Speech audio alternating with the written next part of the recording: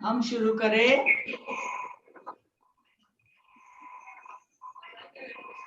ओम शांति। जो भी बाबा के बच्चे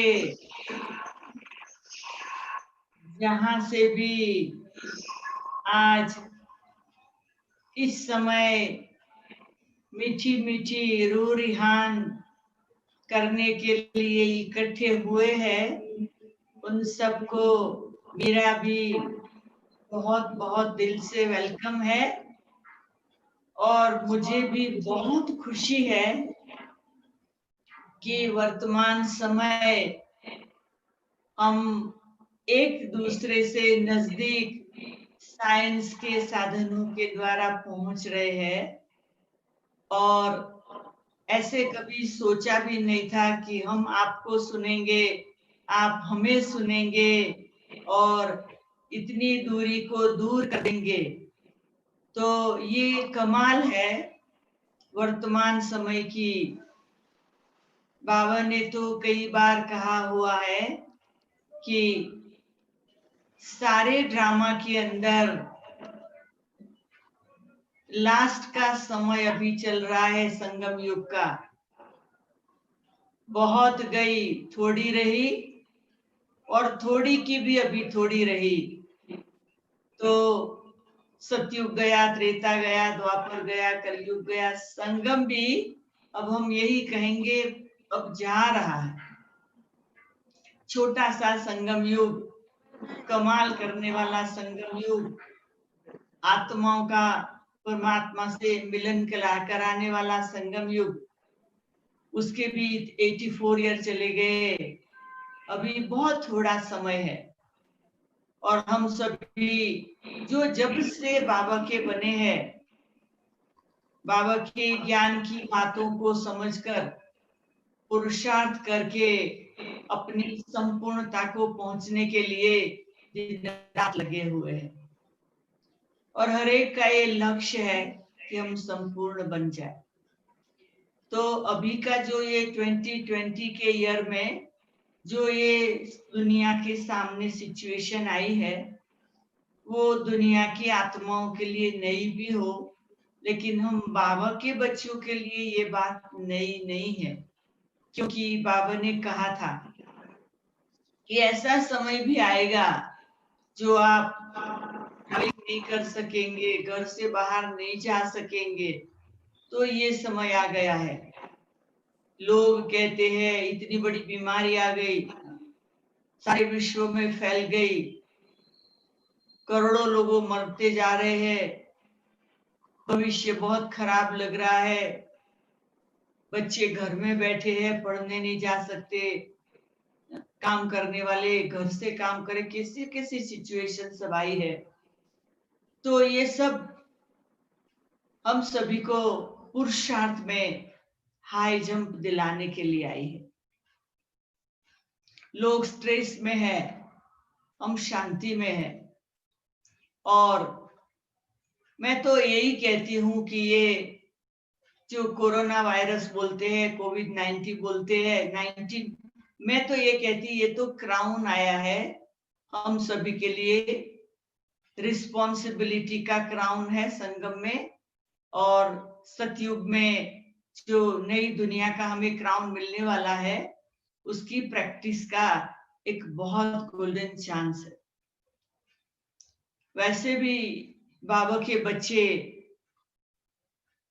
सारे साल में अपने अपने समय के हिसाब से भट्टियां करते ही हैं, परंतु अभी जो हम देख रहे हैं तो सारे विश्व के चारों तरफ, चाहे लौकिक वाले चाहे अलौकिक वाले, सभी भगवान को याद कर रहे हैं।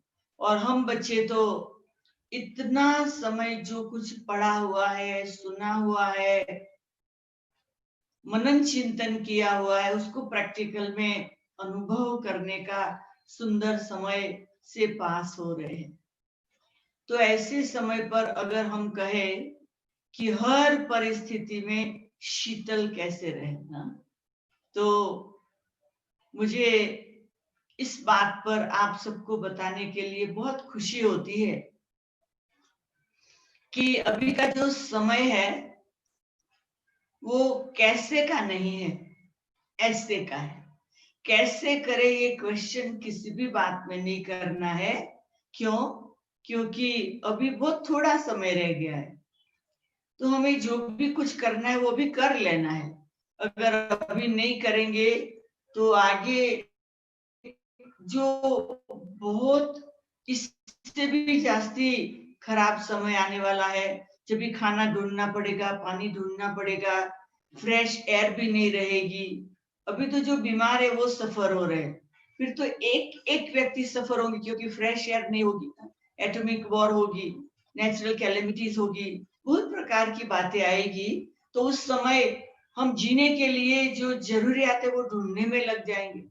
पैसा देने से भी पानी नहीं मिलेगा, पैसा देने से भी खाना नहीं मिलेगा।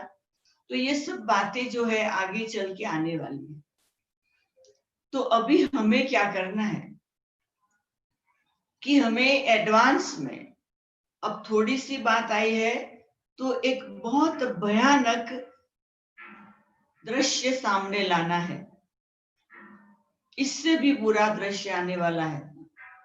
तो अभी से हमें तैयारी करनी पड़ेगी वो बुरे दृश्य के लिए। आप देखते हो पहले क्या था, सब फैसिलिटी, सब कुछ आराम से, मधुबन जाओ, सेंटर पे जाओ, क्लास करो, सेवा करो, ये करो, वो करो, सब कुछ अभी कायदे कानून ने बिठा दिया है। देखो कितने समय से हम कोई पब्लिक प्रोग्राम नहीं कर सकते हैं, सेंटर पे कोर्सेज नहीं करा सकते, क्लास भी बंद है, जो जहाँ है बैठा हुआ है, कोई सेंटर पे 1 है, कोई सेंटर पे 2 है, कोई सेंटर पे 10 है। कभी कोई देखो मधुबन में समझो 1000 लोग हो, 1000 लोग एक साथ बैठ के क्लास नहीं कर सकते, खाली थोड़े लोगों को अलाउ करते हैं। सारे विश्व में हमारे बड़े बड़े स्थान है, वो स्थान यूज नहीं हो रहे हैं, खाली सफाई करना है, सफाई करने वाले भी इनफ नहीं है। तो हम सब प्रैक्टिकल में देख रहे हैं ना कि कैसी सिचुएशन दुनिया के सामने आ रही है, हम सब बच्चे अनुभव करते हैं। अब क्या है कि शीतल रहना वो मेहनत का काम नहीं है, क्योंकि वो हमारा स्वभाव है। आप देखिए दुनिया की कितनी खराब हालत है, दुनिया का रचयिता कहो, आधार मूर्त कहो, विश्व पिता कहो, वो शांति से शीतलता में बैठा हुआ है परम धाम। बिंदी बाबा कैसे शांति से बैठा हुआ है, साक्षी दृष्टा बनकर। तो हम बच्चों को भी हर परिस्थिति के अंदर, कैसे भी परिस्थिति के अंदर हमें अपने बाप को फॉलो करना है, शिव बाप को फॉलो करना है। क्या करना है? साक्षी दृष्टा बन के देखो। हम अपनी शीतलता को गुम करके अपसेट होके गुस्से में क्यों आ जाते हैं? क्योंकि हम देह अभिमान में आते हैं। हम देह अभिमान में आते हैं ना, तो हमें और लोग जो भी करते हैं ना वो बुरा लगता है, उसने ठीक नहीं किया, ऐसे होना चाहिए, होना चाहिए, वो होना चाहिए। तो हमारा बस यही सोच चलता है, ये ठीक नहीं है, वैसे होना चाहिए, वैसे होना चाहिए। वास्तव में हर एक एक्टर अपना ड्रामा कर रहा है। तो हमारा पार्ट क्या है? संगम पर साक्षी दृष्टा कर बन के हमें शिव बाबा को एकदम 100% फॉलो करना है। और जब हम फॉलो करेंगे तो हम डिटैच होकर सब कुछ देखते रहेंगे, एकदम दिल में भी ठंडक, दिमाग में भी ठंडक, शरीर भी ठंडा, मन भी ठंडा, स्वभाव भी ठंडा, संस्कार भी ठंडे, विचार भी ठंडे, सब में ठंडक हो। और वो ठंडक के आधार से, वो शीतलता के वाइब्रेशन से हम जिस भी व्यक्ति से मुस्कुरा के व्यवहार करेंगे, तो ऐसी कोई बात नहीं है जिसमें हमें निष्फलता मिले। विंडो बंद कर, हाँ, तो हमें बहुत ध्यान रखना है इस बात का, क्योंकि वर्तमान समय कभी भी ये नहीं सोचना कैसे करें, क्योंकि बाबा ने हमें सब प्रकार का ज्ञान दे दिया है। ऐसी कोई बात नहीं है जो हमें प्रश्न पूछना पड़े। 84 ईयर के अंदर बाबा ने हमें हर एक परिस्थिति को पार करने का ज्ञान दे दिया, और उसका सिंपल शब्दों में कहे तो हर परिस्थिति को पार करने लिए स्थिति को एक रस बनाओ। हमारी जो स्थिति है ना, उस स्थिति को हम एक रस बनाए। हम ऑब्जर्वर बन जाएंगे, देखते रहेंगे। हाँ, ये बात है कि हम बन नहीं गए। सुबह से लेकर रात तक, अभी तक भी, इतने साल के पुरुषार्थ के बाद भी, नए हो या पुराने हो, अपसेट हो जाते। चलो शायद दिखाई ना पड़े, पर अंदर से हो जाते। व्यर्थ सोच लेते हैं, अंदर ही अंदर गुस्सा आ जाता है। अब हमें क्या सोचना है? अगर हम इस प्रकार से सोचते रहेंगे, इस प्रकार से व्यवहार करते रहेंगे, तो हमारी अभी की जो घड़ी है, एक एक घड़ी बहुत वैल्यूएबल है, और वो वैल्यूएबल घड़ी को हमें बहुत बहुत वैल्यू देनी है। हमें क्या करना है? बाबा ने सिखाया, मुस्कुराते रहो। क्या मुझ आत्मा ने मुस्कुराना सीखा है? मुस्कुराना वो मेरा धर्म है। मैं संपूर्ण देवता, मंदिर में मेरी मूर्ति मुस्कुराती हुई, वो तो खाली मूर्ति है, पर वो मूर्ति का जो दर्शन करने लिए भक्ति में लोग जाएंगे, वो लोग तो अभी यहाँ है। द्वापर युग तो बहुत दूर है। तो अभी हमें अपनी मनसा को बहुत शांत बनाकर बाबा की याद की शक्ति के साथ हमें खुद को नजदीक में रहने वाले, संपर्क संबंध वाले, लौकिक परिवार, अलौकिक परिवार, विश्व की आत्माएं, पांच तत्व, अच्छे लोग, बुरे लोग, सबको हमारे अंदर की जो शीतलता है वो सबको बांटनी है। तो बेचारे सब जो परेशान है, उसकी परेशानी चली जाएगी। और सोचने से नहीं होगा, खाली उसकी प्रैक्टिस करनी। और बाबा हमेशा कहते हैं, अमृत वेला पावरफुल बनाओ। हम चेक करें कि रात को मैं जब सो जाती तो मैं किस स्थिति में सो जाती हूँ। रात को हम जब सो जाए तो सुबह की तैयारी करके सो जाए। रात को सब कारोबार पूरा कर शांति से बैठकर, शांति की देवी बनकर, सारे दिन की सब बातों को भूलकर, एकाग्र चित्त होकर,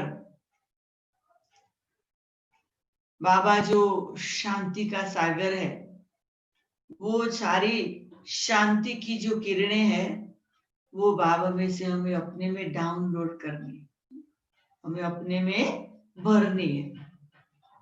वो कनेक्शन की याद में, बाबा की याद में, वो एकदम ठंडे दिमाग से, जैसे एक छोटा बच्चा माँ की गोद में सो जाता है, ऐसे एकदम ठंडक से, शांति से, सारे दिन की सब बातों को भूलकर सो जाइए। है शीतल स्वभाव बनाने की, शीतल रहने की फर्स्ट प्रैक्टिस। रात से तैयारी कर, और फिर जब सुबह को आंख खुले तो हमारा चेहरा खुशी से भरा हुआ हो, धीरे से शांति से उठकर अपने दोनों हाथों को अपने ही सिर पे घुमा के अपने आप को आशीर्वाद कर। सारी रात में हमने अपने शरीर से, आत्मा से, बाबा से जो भी कुछ लेके शरीर और मन बुद्धि संस्कार को शांत बनाया, वो हमारे हाथों में एनर्जी जो भरी है वो शांति की किरणें हम खुद को ही आशीर्वाद, शांत स्वरूप भव, शांत स्वरूप भव, शांत स्वरूप भव। और वही वाइब्रेशन के साथ उठ के पहले मिरर के सामने जाने और मिरर पर खुद ही दिखाई पड़े। सबसे पहले हम खुद को ही देखें, हमारा चेहरा देखें, हमारा चेहरा शांति से भरा हुआ, मुस्कुराता हुआ अपने आप को शाबाशी देना कि वाह रे मैं वाह, अब मैं शीतलता से भरपूर आत्मा अब सारे दिन सब प्रकार के कारोबार में सबको बांटने जा रहे। ऐसे करते उसी श्रेष्ठ संकल्प के साथ अपने आप को, चाहे मुंह धोते हैं, चाहे पानी पीते हैं, चाहे तैयार होते, जो भी करते हैं वही शांति के साथ। ऐसे नहीं बिस्तर से दौड़े सीधे बाबा के रूम में, वो बाबा के रूम में जाके सो गए, झुटके खाते रहे, ऐसे नहीं। हम ठंडक से, शांति से तैयार होके बाबा के रूम में वही शीतलता की अनुभूति के साथ जाकर, बाबा के पास जाकर, बाबा के रूम में जाकर बाबा को कहेंगे, बाबा मैं आई हूं शीतलता की देवी, सारे विश्व को शांति देने बाबा, अब आप मुझे यूज करो बाबा, विश्व में जहां भी मेरी जरूरत। तो इस प्रकार से सुबह सुबह बाबा की याद में अमृत वेला बैठकर स्फूर्ति के साथ ऐसा अनुभव करें कि बाबा के साथ हम विश्व के चारों ओर फरिश्ता बनकर सारे विश्व को शांति दे रहे।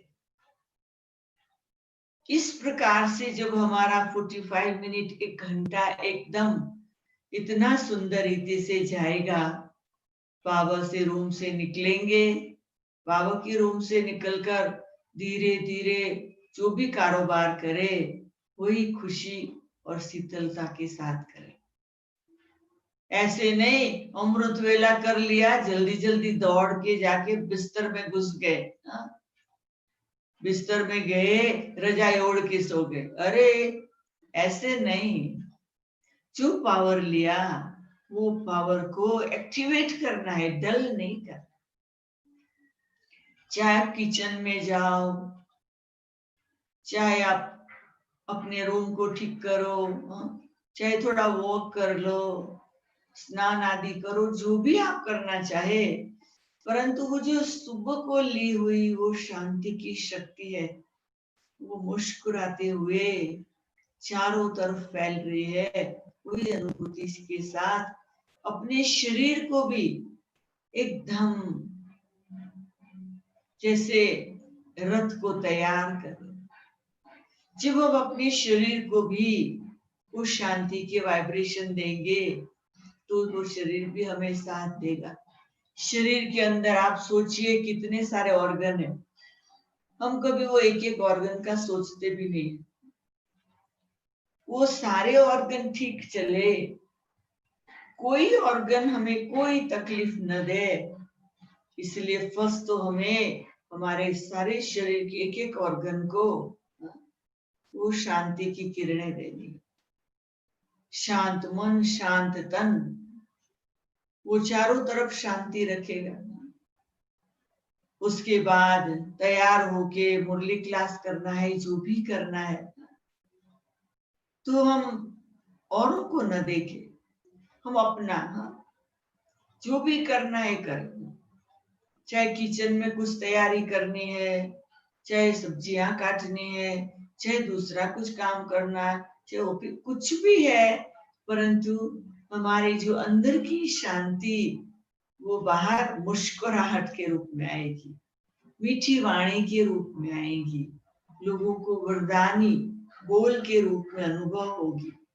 तो ऐसे करते करते हम अभी यही जैसे ऐसे समझे कि हम शांति का क्राउन पहना हुआ है, और सारे दिन में जो भी काम करे, चाहे ऑफिस जाना है, चाहे स्कूल बच्चों को जाना है, चाहे कुछ भी शॉपिंग के लिए जाना, परंतु हमें अंदर में ये याद रखना है कि मैंने शांति का क्राउन पहना हुआ है और मेरे द्वारा लोगों को अनुभव कराना है। तो मैं मेरी वो सीट से हट नहीं सकती। तो आत्मा अपनी सीट पर शरीर में भ्रुकुटी के बीच में रहकर सारा दिन अपना कारोबार करे।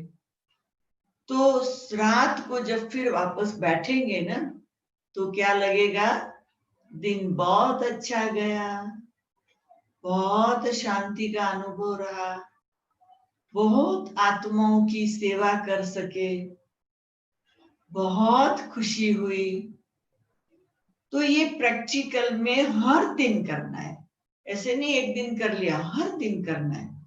और बाबा कहते हैं कि बहुत काल का प्रैक्टिस किया हुआ जो होगा वही साथ चलेगा, एक दो दिन की बात।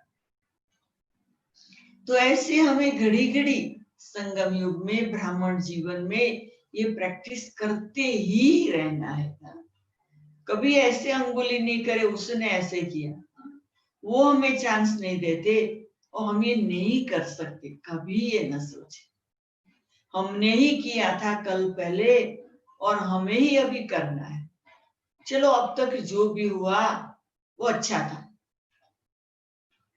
ज्ञान में आने के बाद 5 साल हुआ, 10 साल हुआ, 50 साल हुआ, देखो मेरे को 55 ईयर हुआ, मैं क्या सोचती, अच्छा हुआ जो भी हुआ, पर अभी आज मुझे क्या करना है, आगे के लिए मुझे कैसा सुंदर मेरा जीवन अनुभव में लाते हुए औरों को भी मुझे अनुभव कराना। तो ये प्रैक्टिस की बात है। हम परिस्थिति जो बोलते हैं उससे परे हो जाए। परिस्थिति से परे होकर स्थिति को अच्छी रखें। परिस्थिति से परे होकर स्थिति को अच्छी रखें। और वो करने के लिए मैं हमेशा तो बात याद रखती हूँ, अपने आप को घड़ी घड़ी पक्का कराती हूँ और मैं सबको यही बताती, क्योंकि मुझे उससे फायदा बहुत होता है। सब अच्छे है, सब अच्छा है, सब अच्छे है, सब अच्छा है। जो भी एक्टर है इस ड्रामा में सब अच्छे हैं। मुझे कोई आत्मा के लिए कोई कंप्लेन नहीं, सब अच्छे।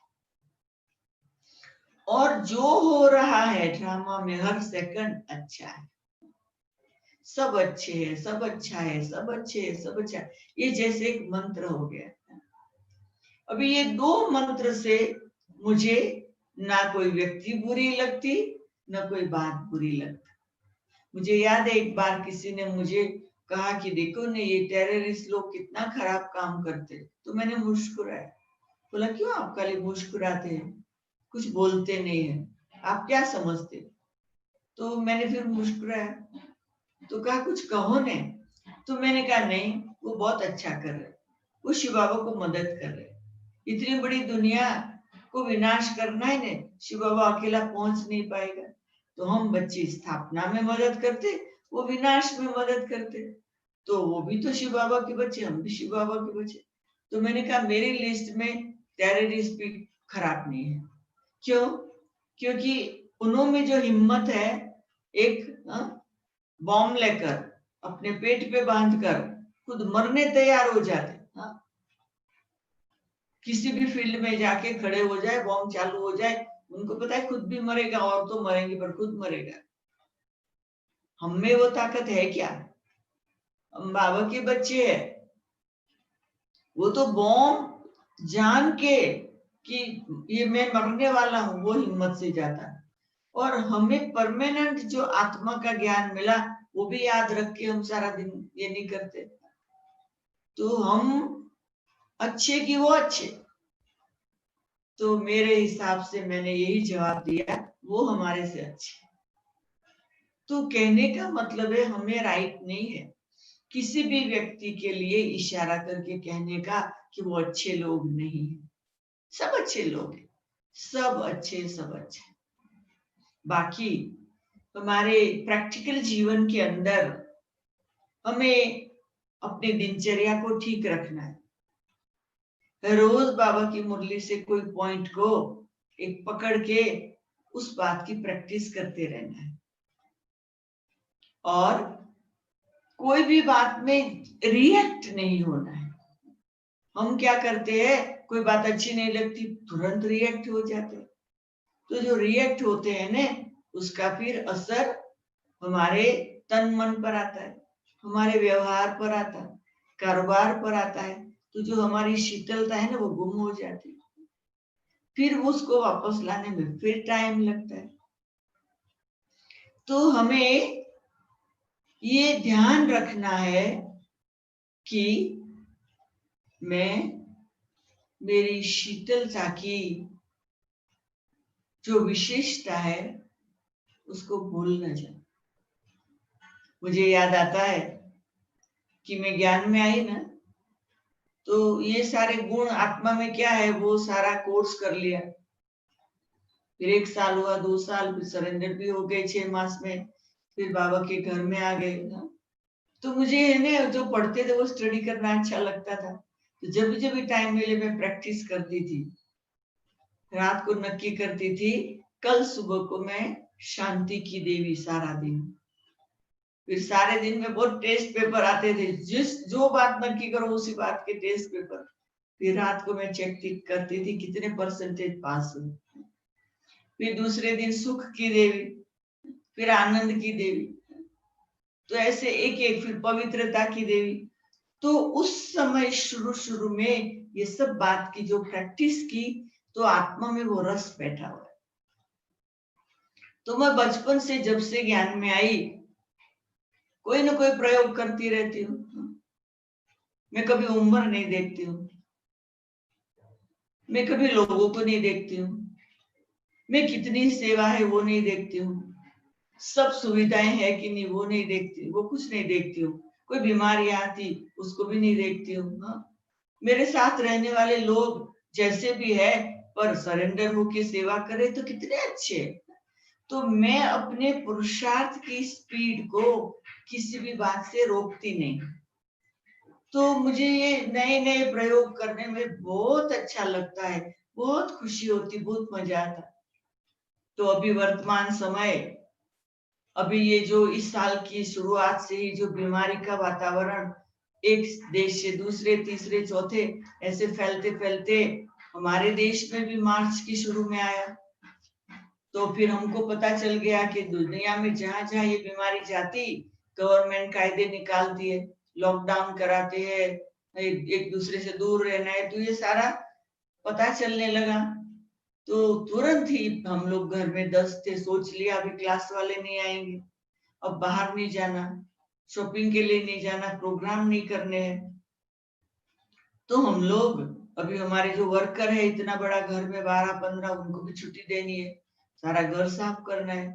तो प्लानिंग कर लिया कि खाली बाहर की बात नहीं, अंदर भी शुरू करो, चलो भट्टिया। तो हम लोगों ने पहले 10 दिन की कर ली, फिर 14 दिन की, फिर मजा आया, फिर 14 दिन, फिर 14, ऐसे भट्टी चालू ही रखी। कभी 24 आवर की होती थी, कभी 16 घंटा की, कभी 12 घंटा की, कभी 15 घंटा की। कभी सोल कॉन्शियस की स्टेज, कभी परमधाम की स्टेज, कभी फरिश्ते स्वरूप की स्टेज, कभी 5 तत्वों को योगदान देने की स्टेज, कभी यज्ञ कुंड बना लिया, कभी देवियों की कॉन्शियस में आ गए। तो ऐसे करते करते हम लोगों ने 16 मार्च से शुरू किया और 1 जुलाई तक 108 दिन कंटिन्यूअस हमारी भट्टियां चलती रही, जिसमें हम बहने एक दूसरे को हर रोज सुबह शाम जब मिलते थे दृष्टि देते थे, इंस्पायर करते थे। मोबाइल को सुबह बंद कर देते थे, सारा दिन शाम को खोलते थे, मैसेजेस देखते थे, दुनिया की न्यूज का डिस्कशन नहीं करते थे और एकदम अंदर ही अंदर गहराई में जाते थे। हम प्लान बनाते थे कौन से सब्जेक्ट पर हर एक पुरुषार्थ करेंगे। तो जैसे हम 10 मिलके एक दूसरे को इंस्पायर करते थे, वैसे हमेशा हम क्या करते हैं कि खाना सुबह हुआ 10 लोगों का, चलो इकट्ठे तपेले चढ़ाओ, बनाओ, 5-6 वैरायटी बना लो, 4 बना लो, ये करो वो करो, ये प्लान कर लिया। ऐसा कुछ नहीं, जिसको जो खाना है अपना कोने में थोड़ा बना के खा लो, किचन में भी बात नहीं करनी है, सारे घर में कहाँ भी बात नहीं करनी, सारे घर के एक एक कोने को योगदान देना है। तो इस प्रकार से हम लोगों ने 108 दिन का इतना सुंदर अनुभव किया कि वो जैसे हमारे लिए ट्रेजर बन गया।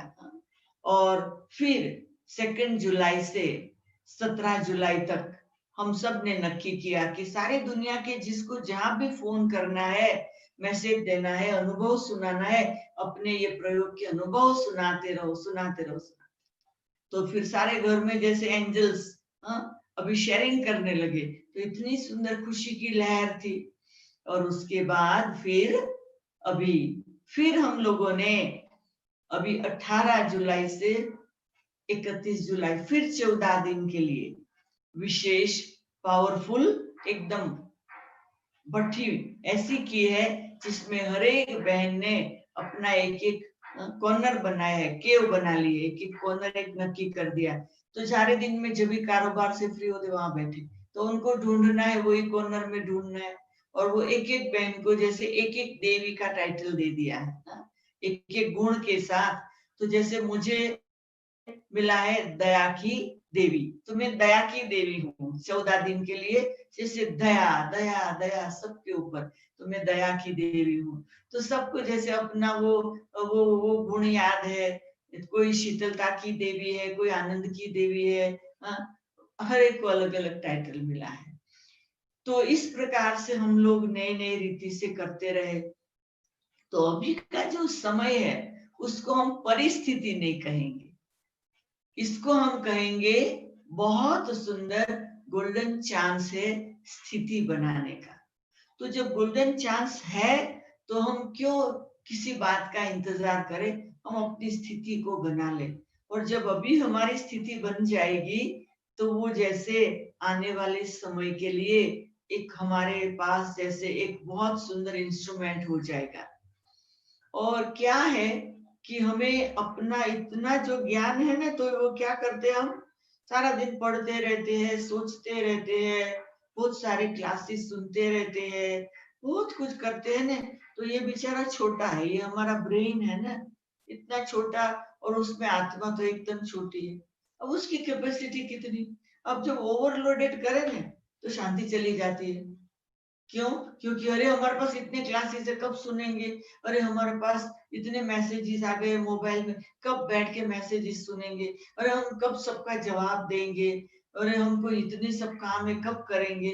तो वो अंदर ही अंदर क्या होता है कि टेंशन हो जाता है। और जब टेंशन हो जाता है तो वो शीतलता चली जाएगी।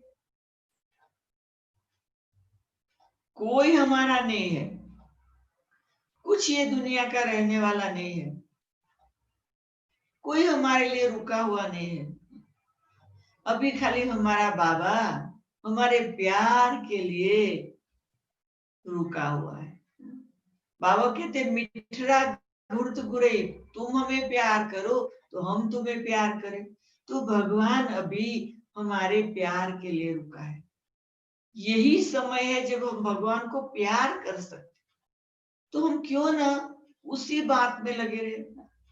कई लोग कहते हमारा योग नहीं लगता, अरे कुछ करना ही नहीं है, बैठे रहो, देखते रहो, देखते रहो, देखते देखते, हाँ? वो कहते देखते देखते सवेरा हो गया, मैं हो गई किसी की, कोई मेरा हो गया, बस देखते रहो, चलते रहो, खाते रहो, पीते रहो, उठते रहो, बैठते रहो, बस उनकी यादों की मस्ती में मस्त रहो। और कभी ये नहीं सोचो कि ये तो बहुत डिफिकल्ट है, क्योंकि लोग बहुत डिफिकल्ट है, हमारी कही हुई बात को ठीक ढंग से नहीं करते हैं, वो आधा काम करते आधा भूल जाते। अरे वो भूल जाते तो प्यार से उसको याद दिला दो, और वो भूल जाते तो आप थोड़ा कर लो, उसमें क्या है, मैं तो सुबह से रात तक घर में घूमती हूँ, किसने कुछ कहाँ रख दिया, किसने कुछ कहाँ भूल गए, मैं जहाँ ठिकाने रखना रख देती हूँ। ऐसे तो नहीं तो हम एक एक बात का सोचते जाएंगे तो उनकी स्थिति भी खराब, हमारी स्थिति भी खराब। ऐसे कभी हमें नहीं करना है। क्यों? क्योंकि हमें अपना पार्ट बेस्ड बजाना है, और जो एक्टर है वो जो भी कुछ करते उसको अप्रिशिएट करके उस बात की खुशी मनानी है। ये तो ड्रामा है, मुफ्त में बिना पैसे दिए सारा दिन खेल देखते रहो। वो 3 घंटे का फिल्म देखने जाते ना, पैसा देना पड़ता, हाँ? अभी तो घर में मोबाइल में मूवी आ गया है, हाँ? जिस जब भी देखो, आधी रात को देखो, देखो देखो देखो, अरे थक गए, अभी सिर दर्द हो गया, आंखें थक गई, क्या देखे। बाबा कहते ये दुनिया की हर चीज जो दिखाई पड़ती वो रहने वाली नहीं है, और जो नहीं दिखाई पड़ता है वो इस दुनिया में आने वाला है। सतयुग नहीं दिखाई पड़ता, वो आने वाला है। बाबा नहीं दिखाई पड़ता, उनको याद करना है। आत्मा नहीं दिखाई पड़ती है तो आत्मा समझ के चलना है। सूक्ष्म वतन नहीं दिखाई पड़ता है, वो सूक्ष्म वतन की यात्रा करके वहां से विश्व को वरदानों की वर्षा करनी है। परमधाम नहीं दिखाई पड़ता, वो हमारा घर है।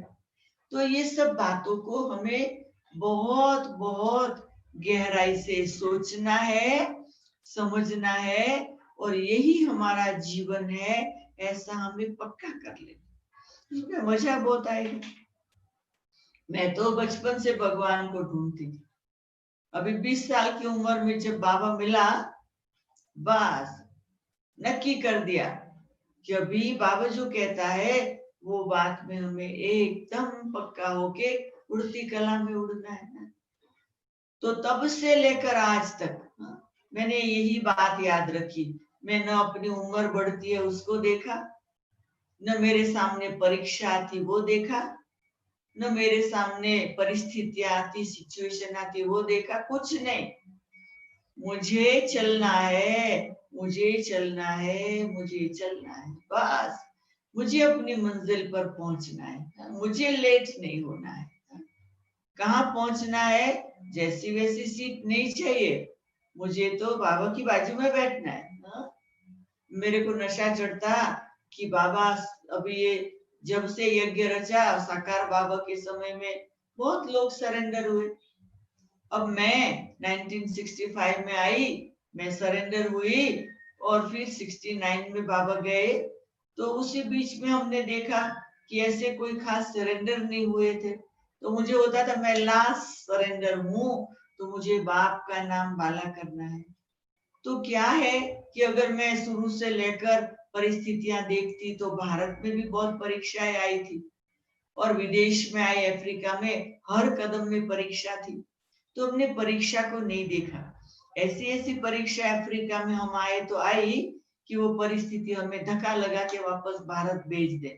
उस प्रकार की परीक्षा आई, लोगों से परीक्षा आई, यहाँ रहने के पेपर नहीं होते थे, और लोग जल्दी समझते नहीं थे, सेवा को बढ़ाने में प्रॉब्लम होते थे, तो कई बातें आती थी।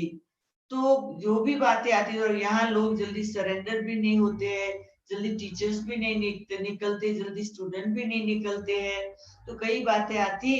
परंतु वो बातों को, वो परिस्थितियों को न देखा, यही सोचा भगवान ने और बड़ों ने मुझे सेवा करने के लिए विदेश में भेजा है, अफ्रीका में भेजा है। और जब विदेश की सेवाएं शुरू हुई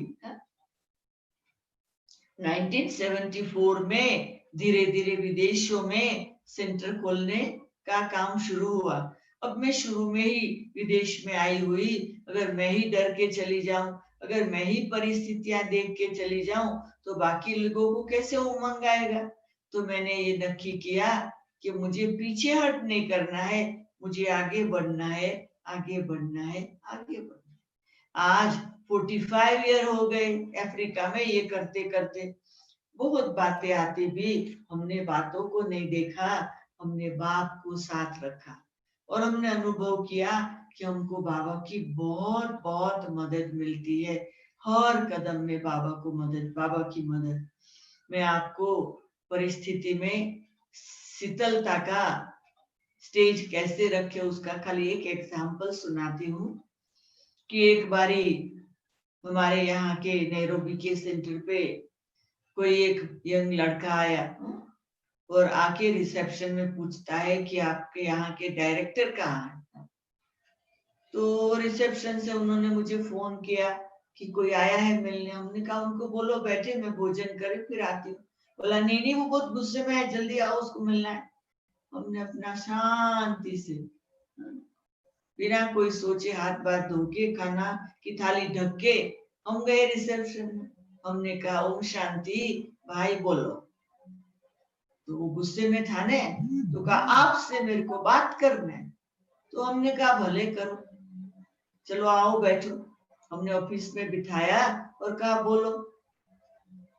तो कहा कि मेरे को आपको ये पूछना है कि आप मेरी मदर को यहाँ क्यों आने देते। अब क्या यहाँ बहुत लोग आते तो हमें क्या पता ये भाई पहली बार आया, उसकी मदर कौन है हमें क्या पता। तो हमने कहा भाई आपकी मदर कौन है हमें मालूम नहीं है, अगर आपको पसंद ना हो तो आप उसको घर में बोल दो, नहीं जाओ। तो मेरे को गुस्से में कहता है बोलना बंद करो, अगर बहुत बोलेंगे ने तो आपका सेंटर बंद करके आपको इंडिया भेज देंगे। तो मैंने कहा कोई बात। तो मैंने शीतलता को यूज किया, मैंने कहा कोई बात। तो कहा उसने देखा कि ये तो कुछ जवाब नहीं, ठंडक से बोल रही है। तो उसने, वो गुस्से में था ना, अपने पॉकेट में से एक गन निकाली और मुझे कहता है कि मैं आपको शूट करूंगा। तो मैंने कहा भले। तो उसको बहुत सरप्राइज लगा कि मैं डरती नहीं हूँ। अभी ये उसने बोला ना शूट करूं, तो आजू बाजू के एरिया में जो भी हमारे भाई बहन घूम रहे थे वो डरने लगे, अरे ये क्या करेगा। और वो लोग दौड़ के भी नहीं आ सकते क्योंकि अगर वो आए तो वो उसको और गुस्सा आएगा। तो वो लोग बेचारे सोच रहे थे कि हम कैसे अभी अपनी बहन को सपोर्ट करें। उसके बाद उसने कहा कि आप तैयार हो। तो मैंने कहा हाँ मैं तो तैयार हूं। तो कहा कैसे तैयार हो। मैंने कहा आप मेरे को शूट करेंगे तो मैं मेरे भगवान के पास जाऊंगी, आप मुझे शूट नहीं करेंगे तो मैं यहाँ रह के उसकी सेवा करूंगी। मैं तो दोनों बात में खुश हूं, अगर आप खुश है आप जो करना कर सकते। तो ये जो मेरा शीतलता का स्टेज था जिसमें खुशी की लहरें और शांति की लहरें थी, वो लहरों ने उसको इफेक्ट किया। उसके हाथ की गन उसने बाजू में रख दी और ऐसे सिर पे हाथ पकड़ के बैठ गया। कुछ घड़ियों के बाद कहता है कि सॉरी, मुझे घर में बहुत गुस्सा आया मेरी माँ के ऊपर पर मैं कर नहीं सका, तो मैं उनके ये सेंटर पे आया। मैंने कहा कोई बात नहीं, वो भी आपकी माँ ये भी आपकी माँ, वहां नहीं कर सके तो यहाँ किया, कोई बात। फिर हमने कहा कि देखो अभी ये गुस्से में आप बाहर नहीं जाना, थोड़ा कुछ पियो, थोड़ा कुछ खाओ, अपने मन को शांत करो फिर जाओ। तो हमने उनको पानी दिया, चाय दिया, बिस्किट दिया, सब कुछ दिया। तो फिर बाद में वो कहता है सॉरी ऐसा हुआ, परंतु मैं आपको बताता हूँ कि मैं पुलिस डिपार्टमेंट में काम करता हूँ और आपको जब भी मेरी जरूरत हो ने, ये मैं आपको मेरा नंबर देता हूँ, आप मुझे फोन करना, मैं आपको आके मदद करूँ। तो मैंने कहा थैंक यू। अब जब वो गया तब सभी बहनें सोचने लगी कि बहन आप डरे नहीं। हमने कहा नहीं, क्यों, मेरे अंदर था कि बाबा को मेरी जहां जरूरत होगी बाबा करेगा। तो मैंने शीतलता के अपने स्वभाव को साथ में रखा। तो वो आराम से आया, आराम से गया और कह के गया मदद करेगा। तो मैंने प्रैक्टिकल में ऐसे बहुत सारे अनुभव किए कि कितनी परिस्थितियां आई। तो मेरे भाई और बहनें, ये प्रैक्टिस से होता है। बहुत काल की जो प्रैक्टिस है वो रियल टाइम पे वो आके खड़ी हो जाती है। तो इसलिए अभी जो टाइम मिला हुआ है लॉकडाउन का, चलो थोड़ा थोड़ा का खुला भी होगा, परंतु फिर भी पहले जैसा कारोबार तो नहीं है। तो मेरे को तो होता है कि ये 2020 का ईयर है ना, अभी जुलाई है, और भी 4-5 मास है जिसमें हमको जास्ती टाइम मिल सकता है। तो उसमें हम पुरुषार्थ इतना करे कि बने बनाए देवता बनकर रहे। उसके लिए आप लोग खास 4 शब्द याद रखना, 4 स्थिति बना के रखना, जिसमें पहली स्थिति है अव्यक्त मूर्त। आप अव्यक्त मूर्त बन के रहो। अव्यक्त बाप दादा आते हैं तो बाप दादा के वाइब्रेशन से हजारों लोग हॉल में बैठे होते हैं, शांति लगी पड़ी होती है। किसी को खांसी आती वो भी जल्दी स्टॉप कर लेते, एकदम शांति। अव्यक्त बाप दादा को याद कर, अव्यक्त मूर्त।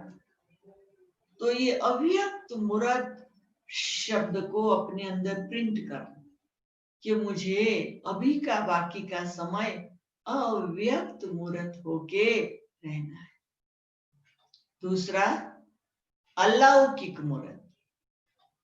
लौकिक दुनिया में है, लौकिक परिस्थितियां है, लौकिक कारोबार है, लौकिक सिचुएशन है, परंतु हमें एक आया हुआ अवतार हूं मैं, ये दुनिया की व्यक्ति नहीं हूं, मैं अलौकिक हूं। तो ऐसे अलौकिक मूर्त बन के अपने चेहरे से अव्यक्त मूर्त, अलौकिक मूर्त। फिर तीसरा है आकर्षण मूर्त। जो देवता है ना, उनकी मूर्ति देखने लोग जाते हैं, वो मूर्ति का आकर्षण है। वो मूर्ति से उनको कुछ प्राप्ति होती है। तो भक्ति मार्ग में लोग हमारी मूर्ति के पास जाते हैं। अभी तो हम बनी बनाई लाइव मूर्ति है ना, तो आकर्षण हमारे चेहरे के द्वारा बाबा का लोगों को आकर्षण होता है, आकर्षण।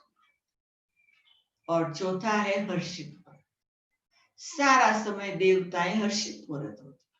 तो बने बनाए देवताएं हम हर्षित मूर्त। हर बात में कोई भी परिस्थिति आई हंस लो।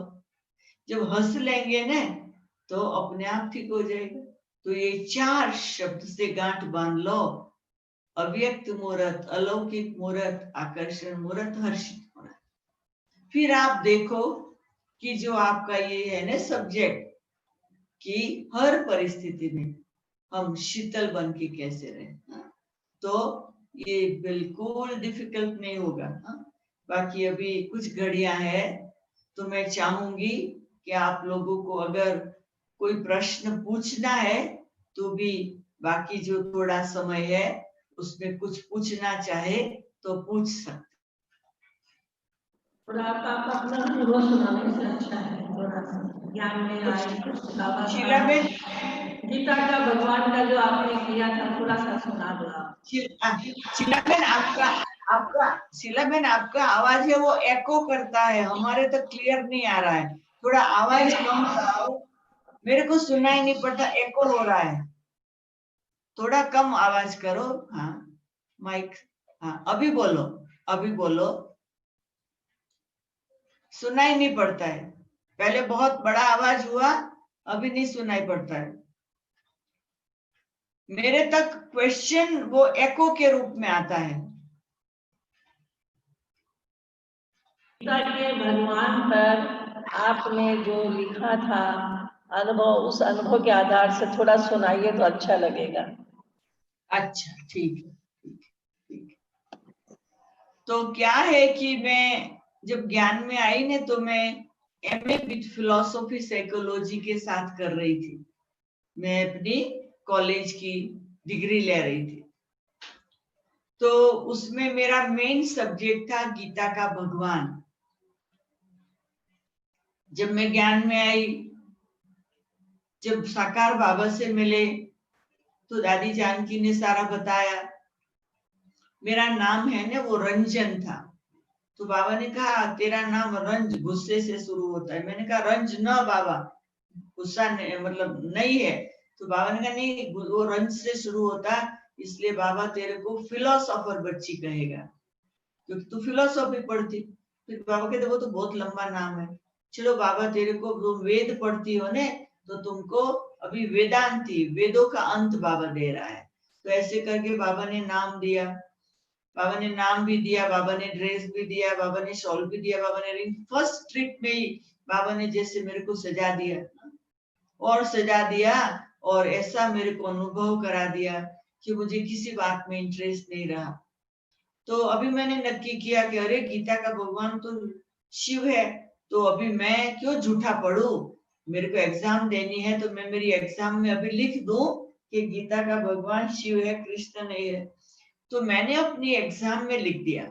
अब मुझे पता था कि मेरे को फेल करेंगे, और मुझे डर भी था कि मेरे बाप फिर मेरे को डांटेंगे, क्यों मैंने जीवन में कभी फेल नहीं हुई, पहला नंबर लेने वाली।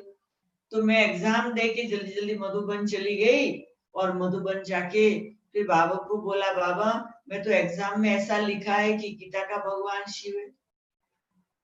तो बाबा ने कहा बच्ची, वो लौकिक प्रोफेसर तुमको फेल करेगा, परंतु ये बेहद का बाप तुम्हें पास करता है। तो ऐसे करके बाबा ने जब कहा, तो मेरा पढ़ाई से इंटरेस्ट उठ गया, और मैंने 6 मास बहुत योग लगाया, और पिताजी से समझा के मेहनत करके छुट्टी लेके मैं 65 में ही सरेंडर हो गई।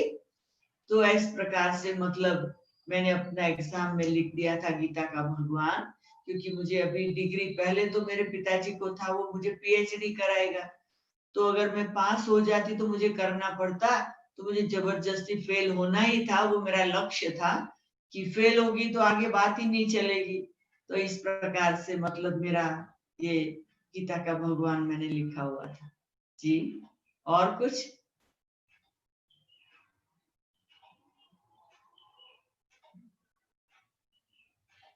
किसी को पूछना है और कुछ? हाँ, पूछ रहे हैं ज्ञान में आप कैसे आए? अच्छा ठीक है। मैं है ने बचपन से, मैं और चंद्रिका बहन, हम दोनों, मेरी सिस्टर अहमदाबाद में है, हम दोनों भगवान को ढूंढ रहे थे। तो हम अहमदाबाद में थे, तो हर साधु संत महात्मा के पास जाते थे, उनको पूछते थे, बहुत सारे स्क्रिप्चर पढ़ते थे, और हर वीक में 5 दिन उपवास करते थे। सोमवार करते थे, मंगलवार करते, गुरुवार करते, शनिवार करते, रविवार करते, कि कहाँ से कोई रीति से भगवान मिले। घर में भी सत्यनारायण की कथा करते, बहुत कुछ करते थे, परंतु थक गए थे, और फिर सोचा था चलो ये अभी सब कुछ छोड़ देते, भगवान जैसा कुछ है ही नहीं। जब वो स्टेज आ गई एकदम निराशा की, तभी हमारे घर के बाजू में 2 ब्रह्मा कुमारी बहन आई हुई थी, और फिर हमको आमंत्रण मिला था कि वहां वो ज्ञान दे रहे, तो जाना। फिर हमारे मदर गए, फिर उन्होंने हमको इंस्पायर किया, हमने भी सुना, तो हम उनसे सुना, तो वो लोग सेंटर पे हमको आमंत्रण दिया, हम सेंटर पे गए, सेंटर पे गए, ज्ञान जास्ती सुना। तो ऐसे सुनते सुनते अच्छा लगा। फिर हम हुआ कि अभी जहाँ से आबू से जो ज्ञान मिलता वो बाबा जी को मिले। तो मैं 100 प्रश्न लिखे हुए थे बाबा जी।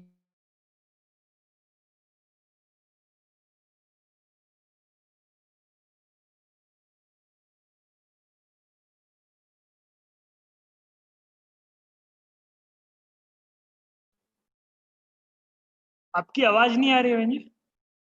अच्छा आवाज आ रही। अच्छा सॉरी, अभी चेक कर रहे हैं।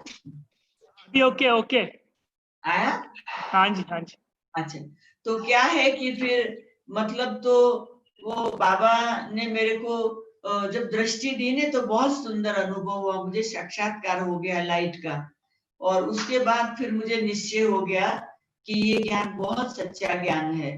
बस तब से फिर आगे ज्ञान में मैं आई, फिर सरेंडर भी हो गई। फिर 3 साल के बाद चंद्रिका बहन, उसके कुछ साल तो दूसरी, तीसरी, चौथी, तो हम चारों ही बहनें ज्ञान मार्ग में सरेंडर हो गए और 4 भाइयों ने शादी की।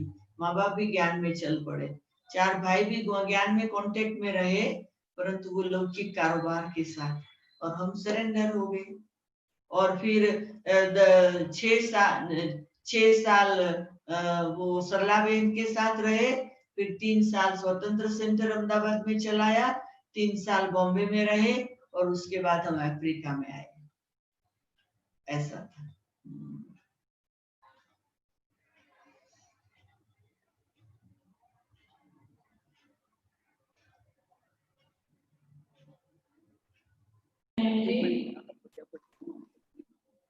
बहुत अच्छा लगा, आपने इतना समय दे करके इतना सुंदर क्लास कराया, सबको 4 बातें भी बताई लास्ट में। शीतल कैसे रहना